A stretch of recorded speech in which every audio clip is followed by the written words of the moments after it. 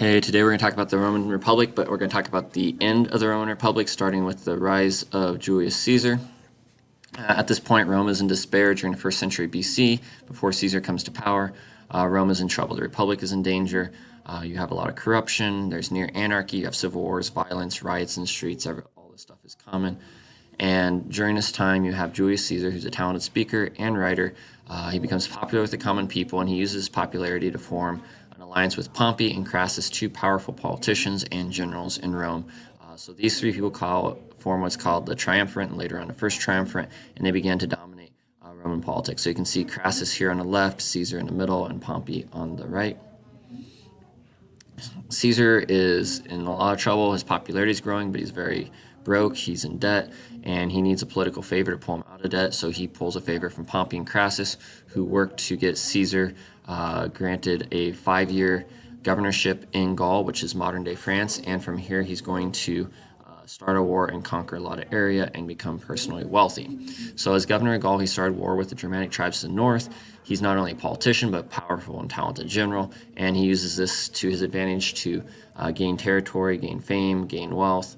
And this is a time where he commits genocide during his conquests. He kills 1.5 million Gauls, so genocide is the murder of a group of people.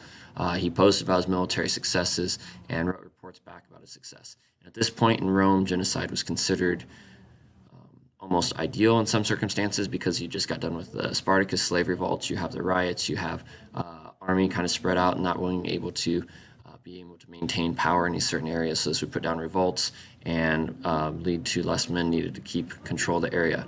So the dispatches gain him fame and fortune, and he becomes even more popular with the common people, but the people in the Senate, particularly the conservative aristocrats, began to distrust him even more so.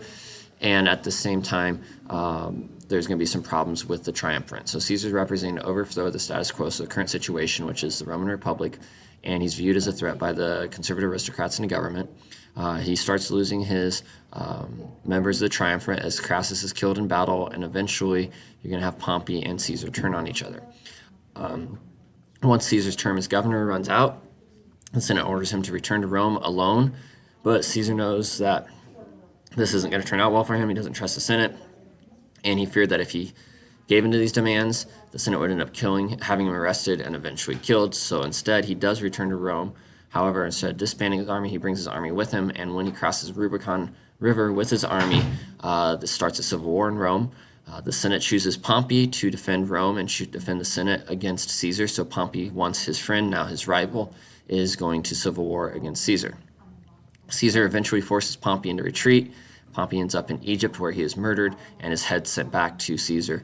Eventually, Caesar's army is going to win the civil war, and Caesar is going to become dictator, and eventually dictator for 10 years, and eventually dictator for life. But this does not go over well with the Senate.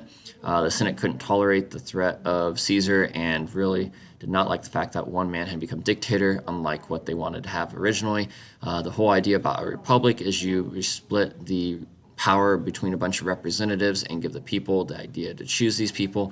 While with Caesar becoming the dictator, one person has all the power, like it was before, and they thought this was an abuse, so they set up an assassination of Caesar, and he was stabbed to death in the Senate by members of the Senate, including his adopted son, Marcus Brutus. So this leads to the end of the Republic, and the assassination of Caesar did not lead to what the Senate wanted to. So the Senate hoped that the death of Caesar would mark a rebirth of the Republic, bring stability back to Rome, but in reality, it did the opposite. So instead, it destroyed the Senate, it destroyed the Republic, it weakened the Senate, it changed Rome forever. So the Republic is gone. So the death of Caesar brought an end to the Republic. People were upset, the common people particularly, who liked Caesar, faced many years of civil war, and eventually Julius Caesar's nephew, Augustus, is going to be part of the Second Triumvirate with, at the time, his name was Octavian, and Augustus is going to win a civil war and become emperor of Rome, and this is going to turn into the Roman Empire, with the Republic no longer being the main, most powerful part of Rome. All right, thanks for listening. If you have any questions, let me know, and I'll talk to you later. Bye.